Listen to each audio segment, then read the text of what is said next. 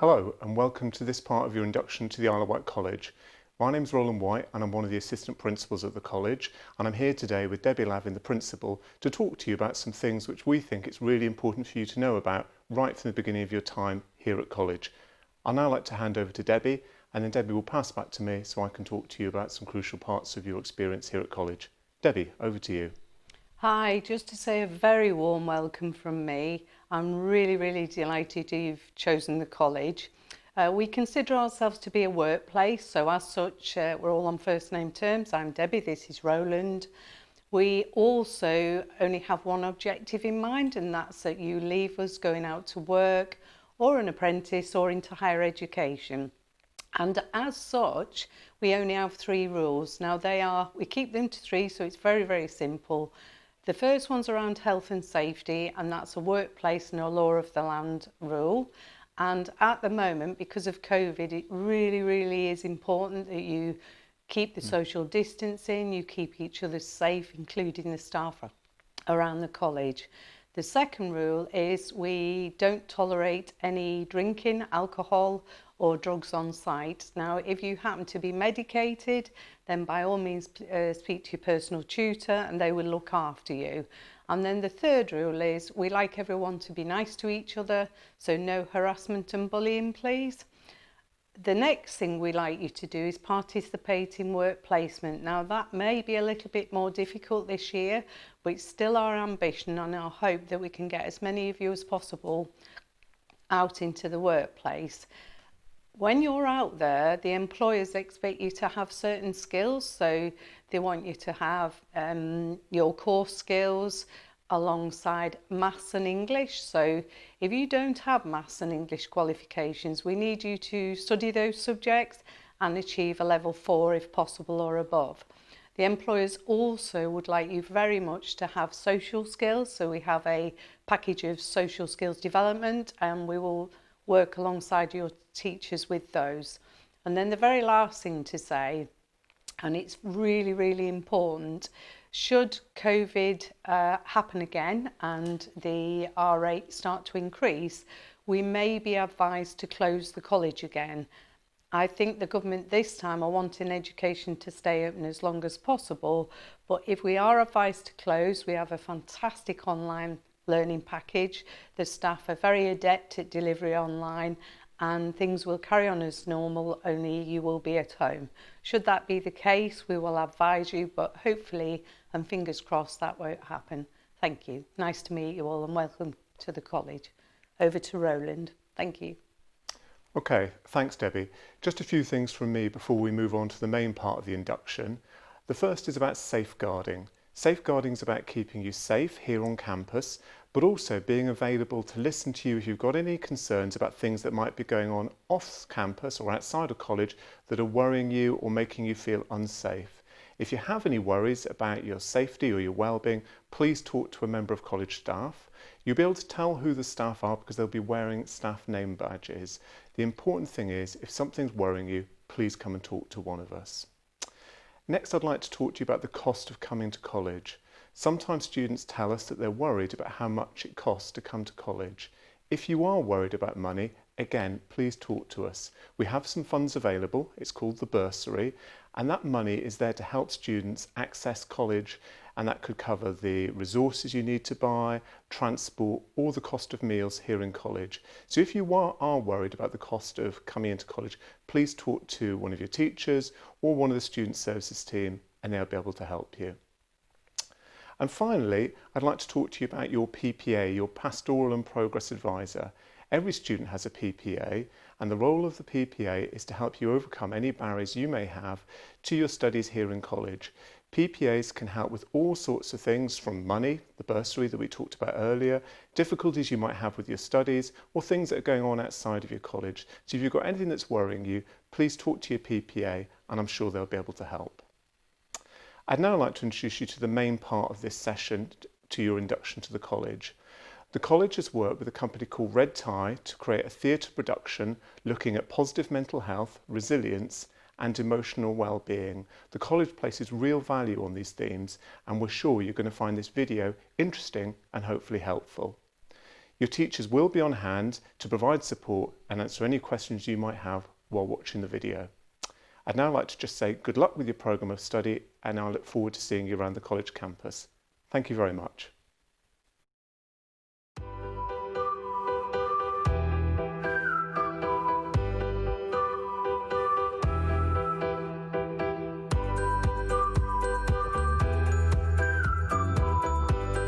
On today's programme, we will be looking at mental health and how to cope. We have had hundreds of letters from people suffering with anxiety and describing how it feels. This is from Andy, who says, "It's like that feeling when you are rocking on the back legs of a chair and suddenly you think you're about to fall. It's like standing on the top of a cliff and you suddenly feel like you're about to step off. Butterflies in your stomach, sweating and shaking. You can't breathe properly. Your heart beats so fast and you can't control it. Fear of everything. Is my fear real or an imaginary fear?" Well, the human brain is hardwired to feel fear when confronted with danger.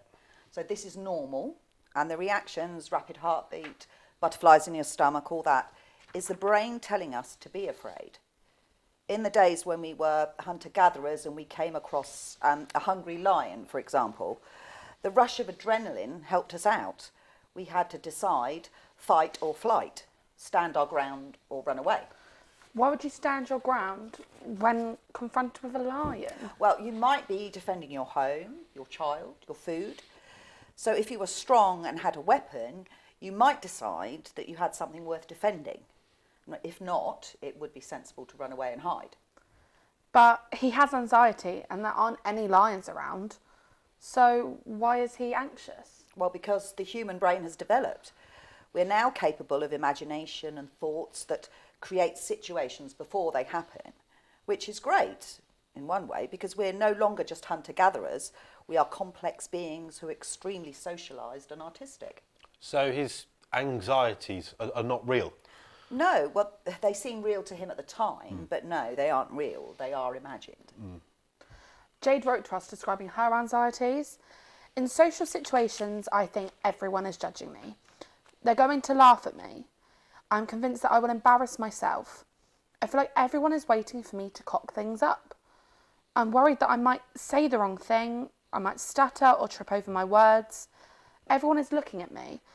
I know it's not logical, so why do I feel like this?" Well, psychology a few years ago used to try and focus on the cause of anxiety, but it wasn't very helpful in terms of treatment. So people might have fears based on things that have actually happened. For example, you might have a fear of dogs because you were attacked once by a dog when you were little, and you still feel the fear of that day, obviously.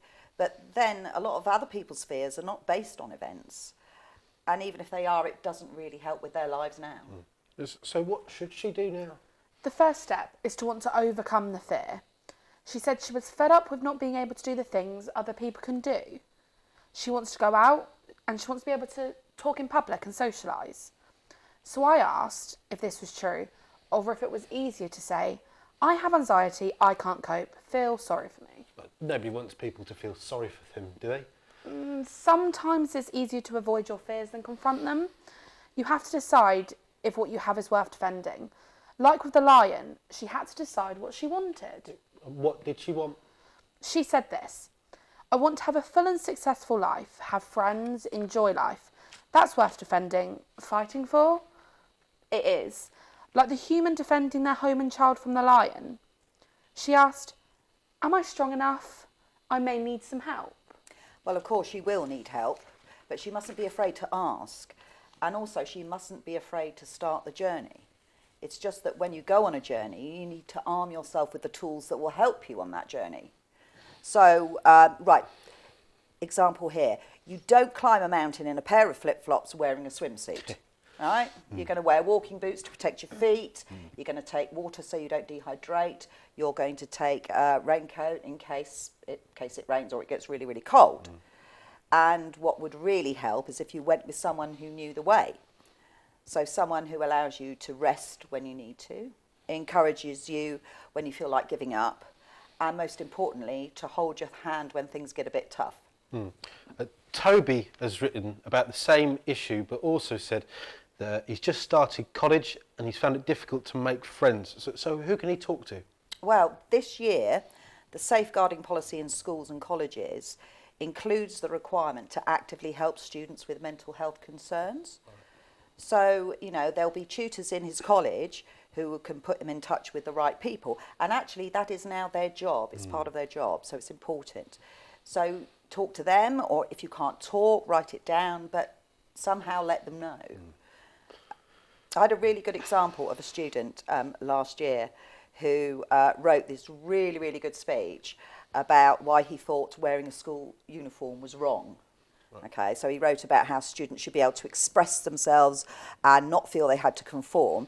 And this was for a speaking and listening assignment, and the best ones were encouraged to perform in front of the rest of the year group. And he was absolutely petrified. And the other students were really shocked that this cocky guy, the joker of the class, who often seemed to want to be the centre of attention, was scared of performing. And when he told me how scared he was, I said, well, you've got a choice. You can back out and I can read it for you, or you can face your fear and give it a go. What if people laugh at me? What if I get it wrong? Well, if I do it for you, how would you feel? Relieved. But would you still be scared of speaking in public? Yeah. So what have you got to lose? So he did the speech, he stood up, he went bright red with embarrassment, and before he started, he said... I'm absolutely terrified, but here goes. So, and he did the speech, stumbled on his words, and it wasn't the best speech of the day by any standards, but the applause that the year group gave him after he finished was absolutely deafening. Yeah. You know, he was vulnerable, he admitted his fear, but he did it anyway, and he felt great afterwards because so many students were impressed with him, and not by his speech, but by his humility, his honesty, and his bravery. So believe it or not, whatever we think, that is what most people admire. Not show-offs and jokers, but authentic people who lead by example. So all these people that have written to us, I say good luck on your journey, and I can't wait to hear from them when they're done. And I'm going to give you some words now from Martin Luther King. I have a dream. Yeah. He did say other things. That was great, but he did say other things. But the one I'm thinking of that's relevant is he said, you don't have to see the whole staircase. You just need to take the first step.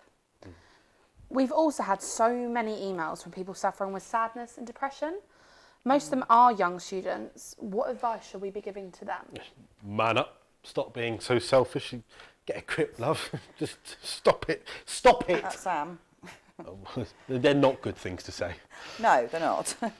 Now, you've got to realise it is normal to feel sad at times, and our moods can change for a number of reasons, especially if we're going through or experiencing a change in our circumstances. So loss of a loved one maybe, or failing in a task or an exam, sometimes just boredom or insecurity. And we can feel overwhelmed with these feelings, and we start to think that it's never going to end. Now, usually it does. But if these feelings last for a long time, for months maybe, or become so strong that we take no pleasure in anything, then that's when you really need to seek help. Don't diagnose yourself. This often happens because young people, you know, they listen to what other people are saying who don't know enough, or they find something online about their feelings. And if you start saying, well, I can't help it, I have depression, when there's something else is the cause, you know, that can be actually quite dangerous. Quite often, low moods and lack of motivation can be because of a physical imbalance. You might have an underactive thyroid, a hormonal imbalance, vitamin deficiency, a poor diet, low blood sugar, all of which can be picked up with simple blood tests and treated relatively easily. And bingo, once you've got it sorted, you are back to feeling great again. But if these things go untreated, then you will only get worse. Yeah, and I meant to say, you know, it's really important to get that medical advice first before you start taking on a diagnosis. Because this serious long-term depression is not something you want to label yourself with unnecessarily. And it's not an illness that you can control by yourself, and it's a very dangerous state to be in. I've got some stats here. For at least 1 in 4 people, depression and anxiety are part of their lives. So here's a little health check.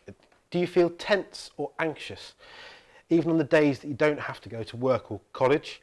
Do you feel exhausted but still can't sleep?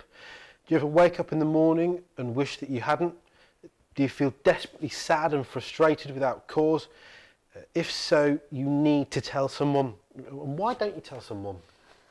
We avoid seeking help because we're ashamed, scared, or so used to battling through the day that we just have no energy left. Yeah, and then on top of that, how do you explain to someone that you're feeling desperately sad or suicidal even for no apparent reason? It sounds so self-indulgent, doesn't it, and selfish. And some people are going through really bad times, but they keep going and remain positive. And sometimes you just can't find the words to explain how you feel. Michaela's emailed us with her story and describes how she used to feel. She says, "For me, it was like carrying really heavy weights on my arms and legs all the time. I had a very busy life and was physically fit and healthy, but I couldn't manage those weights. They wore me out. I was in pain and I was exhausted." And if you've ever spent time with someone who is in constant pain, you'll notice how negative they are, how critical of others, and how easily they get upset or angry. And sometimes they do quite self-destructive things like, argue with their friends and alienate them and drink too much, do dangerous things and get involved in toxic relationships. Yeah, that's exactly what Michaela was doing. She says, "I didn't like myself. I thought I didn't deserve success or happiness. So I raged against the world. Instead of trying to cure myself, I wanted to die rather than face it all. And one day I collapsed under the weights and said, I can't do this. Someone who loved me picked me up and took me to hospital. Then my recovery started." Getting the help you need is not a quick and easy cure, but it makes these weights much easier to carry, and it builds your strength and it gives you coping strategies. She goes on, "I am only still here today because of the help I received. It's important to me that I offer that help to others because I know how different I feel now. I have bad days occasionally, but I've not ever collapsed under the weight since. I am stronger, I'm a nicer person, and I'm really proud of what I have achieved." Michaela's story gives us a bit of hope, but it's really sad that she didn't get help sooner. We'd like to look at how we can help each other and do that in a much better way. So imagine being shut in a dark room and you're sat on a chair. That chair is bolted to the floor. Your wrists and ankles are strapped to the chair. You would cry for help because you know people are on the other side of that door. You can hear them laughing and joking. So you try to shout out for help, but you're gagged and you can't form the words. You struggle to be free, but the hours pass and you get so tired of struggling, not making any progress. You give up. You feel that this is all there is, this endless darkness, pain and loss of hope. And in your head you can hear your thoughts saying, "Please someone, open the door." But no one does. So then you stop thinking about anything other than that you are helpless and useless and you long for oblivion. This is what people can feel like when they have a mental illness, particularly depression. And now if this is what it actually looked like, then we'd know how to help. Once we've opened the door and seen this, we can see your pain, we can remove the gag and we can untie you. We can help you to recover and lead you out of the door and into the laughing and joking people outside. But this is not what mental illness looks like. No matter how you're feeling, people can't always see it. You need to let someone know. The good news is that as a society, we have recently become more aware of how many people feel like this.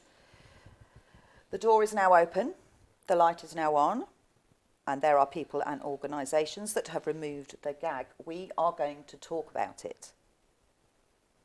The bad news is no one can cure you straight away. You're going to have to do a lot of the work yourself. I know you are already exhausted trying to get through each day and more work seems impossible, but there is help. So, how can we help someone who feels like this? Talk to me. What's going on here? I don't know. Well, how did you get into this state? I don't know. How can I help you? I don't know. Come outside with everyone else. I can't. Do you want to come outside? I don't know. Well, if you want to stay in here and sulk, there's nothing I can do. I give up. He's so attention seeking. There's nothing really wrong. I mean, I know people who have really difficult lives and they don't just sit there in the dark moaning about it. He needs to get a grip, pull himself together, man up, count his blessings, appreciate what he's got. And you wonder why people don't talk about their mental health. Now, this was an attitude of a lot of people years ago. Now, with all the information and research out there, we know this is an ignorant and useless attitude. So a better approach might be... Come outside with everyone else. I can't. Do you want to come outside? I don't know. Well, I'm going to untie your hands, so if you want to join us outside, you can. If you'd rather stay here, that's okay, but I will come back and check on you if I don't see you out there. A little bit of help can save a life, literally. Some kind words, acceptance, patience, or even just telling someone that you're worried about someone else can make a big difference. You're not responsible for someone else's feelings. You're not a psychiatrist. But making someone feel safe or important takes the same amount of energy as putting someone down or ignoring them. You just have to decide which type of person you want to be. Maybe be a little bit braver, a little bit more observant, a little bit more caring, and all qualities that make you more likeable, more dependable, and actually even more employable. You've all heard about how important it is to stay healthy. Eat the right food, do some exercise, don't smoke, don't drink alcohol, 6 glasses of water a day, 5 portions of fruit and veg, cutting out sugar, fizzy drinks, etc., etc. The list is endless. But when it comes to your mental health, there is very little straightforward information about what you should or shouldn't do. And there's a reason for this. We just don't know what works for everyone. But what we do know is that the brain needs stimulation to keep it going, which you achieve through having conversations and debates and reacting with other people and completing tasks and focusing on your work or your studies. And we also know that the brain needs rest, so it needs sleep and relaxation. And your brain also needs feeding, so a good diet is quite important. Exercise is a good way of giving your brain a boost. It doesn't have to work too hard while you are taking a fast walk or running, but those actions release chemicals in your brain that makes it stronger. So once someone is offered help, like untying your hand from the chair, you need to do some work yourself. With your hands free, you can undo the other restraints. You can learn how to help yourself. But help is needed. Carrying depression around on your own will result in some sort of crisis point, whether you ask for help or you collapse with the strain of it. So try the asking. Have a little faith in other people. Most people are okay and like to see happy people around us. We want you to be well and enjoy your life.